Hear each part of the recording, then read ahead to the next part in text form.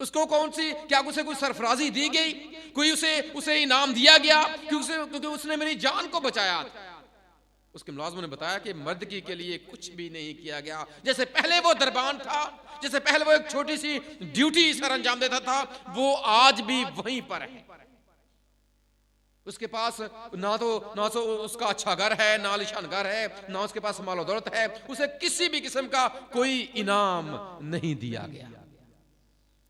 اور یہ بات بادشاہ کو بڑی عجیب معلوم ہوئی کہ ایک شخص جو بادشاہ کی جان بچاتا ہے، ایک شخص جو بادشاہ پر اتنا بڑا احسان کرتا ہے، جو اتنی بڑی نیکی کرتا ہے، 5 برس بیت چکے ہیں لیکن ابھی تک اسے انعام نہیں دیا گیا.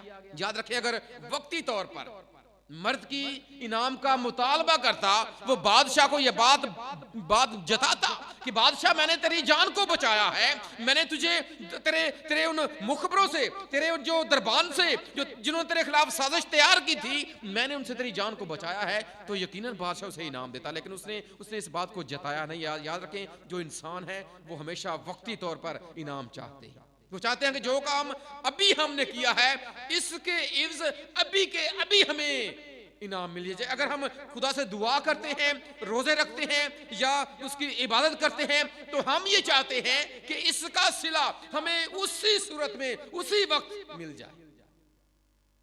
لیکن کئی دفعہ ایسا ہوتا ہے کہ ہمیں انتظار کرنا پڑتا ہے، اور جب ہم انتظار کرتے ہیں تو اس کا جو افزانہ ہوتا ہے وہ ہماری توقع سے بڑھ کر ہوتا ہے. یہاں پر بظاہر جب اس نے یہ بات کی، جب اس نے یہ نیکی کی، تو اسے کوئی جب اجر نہ ملا تو اس نے کہا کہ شاید یہ میری جو نیکی ہے یہ رائے گاں گئی ہے. میں نے اگر مخبری کی ہے، میں نے اگر بادشاہ کی جان کو بچایا ہے، تو اس کے عوض میں مجھے کچھ نہیں ملا. اور جب اس کی قوم کے قتل کا حکم دیا گیا ہے تو قوم شاید یہ سمجھتی ہوگی، شاید مرتکی بھی یہ سمجھتا ہوگا، اور شاید ملکہ بھی یہ بات سمجھتی ہوگی کہ خدا ہماری زندگیوں سے غائب ہو چکا. ہمارا خدا کہاں ہے؟ آج ہماری پوری قوم کو یہ شخص مارنے والا. لیکن یاد رکھیں، چونکہ یہاں پر خدا کا نام بھی مذکور نہیں ہے، لیکن اس کا مطلب یہ نہیں ہے کہ خدا وہاں سے غائب.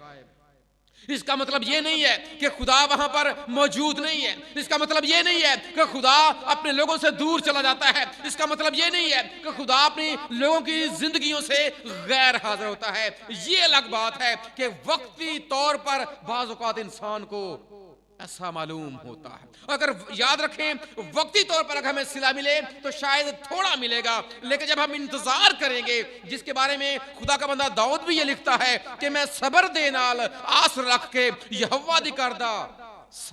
جب ہم خدا کا انتظار کرتے ہیں، ہم کام نیکی تو کرتے ہیں، نیکی کی کام تو کرتے ہیں، دعا تو کرتے ہیں، روزہ تو رکھتے ہیں، عبادتیں تو کرتے ہیں، لیکن اگر وقتی طور پر ہم ان کا افزانہ نہیں چاہتے، وقتی طور پر ہم خدا کا انتظار کرتے ہیں، تو جو اس کا جو انعام ہوتا ہے وہ ہماری توقع سے بڑھ کر ہوتا ہے. اگر وقتی طور پر مردکی کو انعام مل جاتا، اگر وقتی طور پر اسے سرفراز کر دیا جاتا، تو شاید بہت تھوڑی دولت، شاید کچھ سونا اسے دے دیا جاتا، کچھ مال اس کو دے دیا جاتا، کچھ روپے پیسے اس کو دے دیے جاتے، یا چھوٹی موٹی اسے بڑی نوکری دے دی جاتی، وہ بات وہیں پر ختم ہو جاتی. لیکن چونکہ اسے ایسا نہیں کیا گیا، اور اس نے بھی ایماندار ہونے کے ناطے سے اس بات کا انتظار کیا ہے، نیکی کر کے اس نے دریا میں ڈال دی ہے. لیکن وقت گزرنے کے ساتھ جب بادشاہ کے سامنے یہ بات آئی ہے کہ اس مردکی نے اتنا بڑا کام کیا اور اس کے عوض میں اسے کچھ بھی نہیں دیا گیا، جب اس کو یہ پتا چلا تو پھر وہاں پر لکھا ہے کہ بادشاہ نے یہ فیصلہ کر لیا کہ میں اس کو سرفراز کروں گا. دوسری طرف حمان نے یہ فیصلہ کر لیا ہے کہ وہ مردکی کو ایک سولی پر لٹکا، 75 فٹ کی سولی اس نے بنوائی تاکہ میں اس پر مردکی کو لٹکا دوں گا. ایک طرف بادشاہ جاگ رہا ہے تاکہ وہ مردکی کو سرفراز کرے، دوسری طرف جو حمان ہے وہ میٹھی نیند کے مزے لے رہا ہے، جس نے پوری قوم کو قتل کرنے کا منصوبہ بنایا ہے۔ اس کو یہ پتا ہے کہ صبح اٹھ کر میں بادشاہ کی حضوری میں جاؤں گا اور میں بادشاہ سے یہ فرمان بھی جاری کروا لوں گا کہ جو مرد کی ہے یہ میری عزت نہیں کرتا اور میں اسے سولی پر لٹکانا چاہتا ہوں۔ لیکن یاد رکھیں جو بادشاہ کا دل ہے یہ خدا کے اختیار میں ہے۔ امثال کی کتاب یہ بیان کرتی بادشاہ خدا جو ہے اس نے حالات کو اپنے کنٹرول میں کر لیا ہے۔ جو سارے حالات کا تانا بانا ہے یہ خدا کے اختیار میں ہے، خدا کے کنٹرول میں ہے۔ اور وہی حالات جو بظاہر اسرائیلیوں کے خلاف تھے، وہی حالات جو آسر کے خلاف تھے، وہی حالات جو مردکی کے خلاف تھے، اور ان کا جو دشمن حمان ہے جو ان کے خلاف منصوبے باندھتا ہے وہ اپنے ہی منصوبوں میں خود پھنس گیا۔ بادشاہ سوچ رہا ہے کہ میں مردکی کو کس طرح سرفراز کروں گا، ادھر حمان یہ سوچ رہا ہے کہ میں کس طرح اس کو ذلیل کروں گا اور سولی پر لٹکا دوں گا۔ جب بادشاہ سے فرمان یہ جاری کروانے کے لیے حمان وہاں تک پہنچتا ہے تو کلام مقدس یہ بیان کرتا ہے کہ بادشاہ نے اس سے یہ پوچھا چونکہ تو میرا وزیر اعظم ہے، تو میرے وزراء میں سب سے بڑا ہے، جس کی عزت بادشاہ کرنا چاہے، جس کی عزت بادشاہ دل سے کرنا چاہے، اس کے لیے کیا کرنا چاہیے؟ اس نے کہا کہ میں چونکہ وزیر اعظم ہوں، میں نے بادشاہ کے لیے بڑے بڑے کام کیے ہیں، میں سب سے بڑی پوسٹ پر، مجھ سے بڑھ کر بادشاہ کس سے پیار کر سکتا ہے، یا مجھ سے بڑھ کر بادشاہ کس کو عزت اور انعام دینا چاہتا ہے؟ اس نے کہا بادشاہ سلامت، جس کی عزت آپ کرنا چاہتے ہو اسے شاہی سواری پر بٹھایا جائے، اور وہ تاج جو بادشاہ کے گھوڑے کو پہنایا جاتا ہے وہ تاج اس گھوڑے کو پہنایا جائے، اور وہ لباس جو بادشاہ پہنتا ہے وہ لباس اس شخص کو پہنایا جائے، اسے شہر کی گلیوں میں پھرایا جائے تاکہ سارے لوگ یہ دیکھیں، سارے لوگ یہ جانیں کہ اس شخص کی عزت بادشاہ کرنا چاہتا ہے۔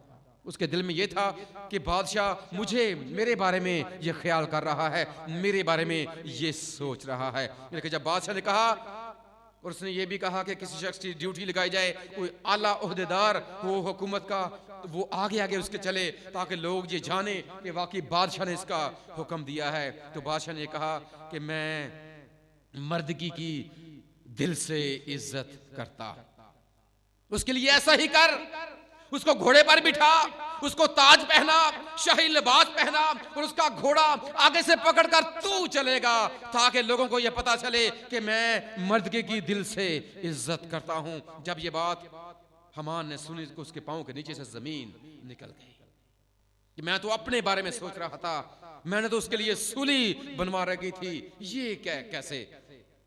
اور ہم وہ سین اپنی آنکھوں سے دیکھ سکتے ہیں کہ کس طرح مردکی جو ہے وہ شاہی گھوڑے پر سوار ہے، اور حمان جو ہے وہ اس کے آگے چل رہا ہے۔ اگر وقتی طور پر اس کو انعام مل جاتا، وقتی طور پر اس کو انعام دے دیا جاتا تو شاید جو پوری قوم تھی وہ نہ بچتی، شاید جو اتنی عزت مردکی کو اب ملی ہے پہلے نہ ملتی۔ بحیثیت ایماندار ہم خدا سے دعائیں کرتے ہیں، بحیثیت ایماندار ہم آج کل روزے بھی رکھ رہے ہیں، خدا کے سامنے اپنی مختلف التجائیں، منتیں اور سماجتیں رکھ رہے ہیں، اور آج کی کہانی سے ہم جو سبق سیکھتے ہیں وہ یہی ہے کہ اگر ہم یہ کام کر رہے ہیں تو پھر ہم اپنے خدا کا انتظار بھی کریں، اس وقت کا انتظار کریں جب ہمارا خدا واقعی ہمیں سرفراز کرے، اس وقت کا انتظار کریں جب ہمارا خدا واقعی ہمیں ہماری توقع سے بڑھ کر سرفراز کرے گا۔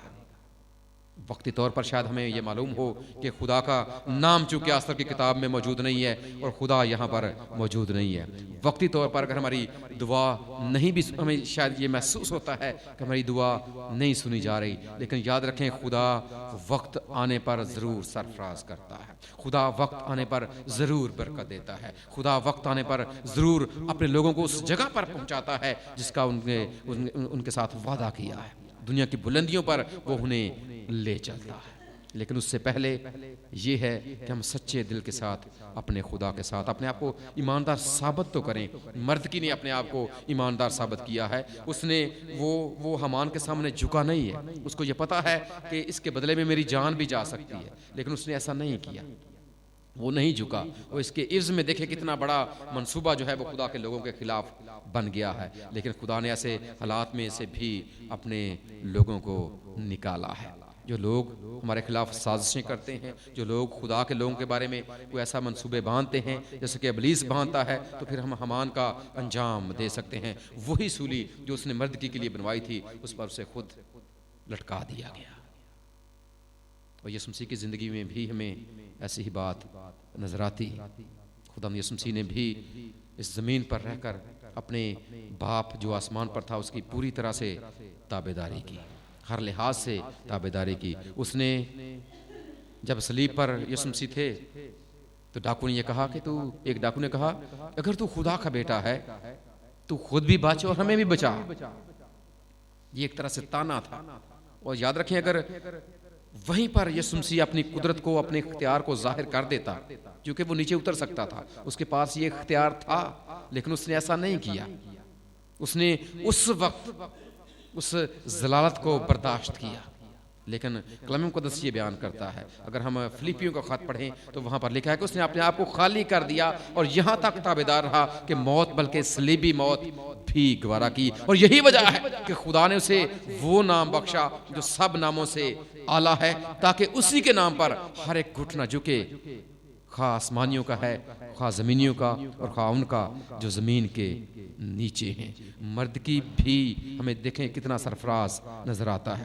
وقتی طور پر اسے اجر مل جاتا، وقتی طور پر انعام مل جاتا، وہ کچھ بھی نہ ہوتا۔ لیکن یہاں پر دیکھیں کہ اس کی عزت کیسے کی جا رہی ہے۔ گلیوں میں، محلوں میں، بازاروں میں وہ شاہی سواری پر بیٹھ کر جو ہے وہ جا رہا ہے، اور لوگ اس کو دیکھ رہے ہیں کہ یہ وہ مرد کی ہے جو بادشاہ کے دربان کے طور پر ایک ڈیوٹی سر انجام دیتا تھا۔ پھر لوگ دیکھتے ہیں۔ اگر ہم بھی چاہتے ہیں کہ ہماری عزت افزائی ہو، اگر ہم چاہتے ہیں کہ ہم سرفراز ہوں خدا کی نظروں میں، تو پھر ہم اس کا انتظار کریں، دعائیں کریں، روزے رکھیں اور نیکی کے کام کریں، لیکن پھر اس کے اجر کا انتظار بھی ضرور کریں۔ یہ مت سوچیں کہ خدا آپ کی زندگی سے غائب ہے، بلکہ وہ اپنی جگہ پر موجود ہے اور اپنے لوگوں کو اجر دینے کے لیے ہر وقت تیار ہے، جس کے بارے میں یسوع مسیح نے مکاشفہ کتاب میں یہ کہا کہ جان دینے تک وفادار رہ تو میں تجھے زندگی کا تاج دوں گا۔ میرا اور آپ کا خدا ہمیں آج کے کلام کے وسیلے سے برکت بخشے، آمین۔